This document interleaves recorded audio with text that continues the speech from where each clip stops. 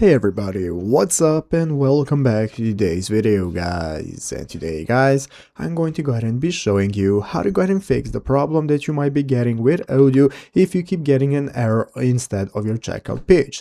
This is a very simple thing to do, so make sure to watch this quick and easy video till the very end, follow my steps correctly so you can make sure that this works the same for you and you can do this yourself. But yeah guys, let's get straight into it. So the first thing we want to do is to go ahead and open up the official Odoo website right here, odoo.com, if you're not already. So if you do not already have it opened up, go right there and log into your account. So from this home page, they're going to be greeted by in the upper right corner. You can go ahead and create an account if you do not already have one. If you have one, just go ahead and log in normally. So after logging in, this is the main page from where we can access our configuration tab, site settings, and so on. So as you can see right here in the official Odoo forum, somebody already asked the same question on how to go ahead and fix the problem that you might be getting if the checkout page redirects to an error instead of your payment method. So you have right here multiple errors that you might be experiencing, such as the website sale card summary and so on. So basically here we have an answer by somebody who is knowledgeable about Odoo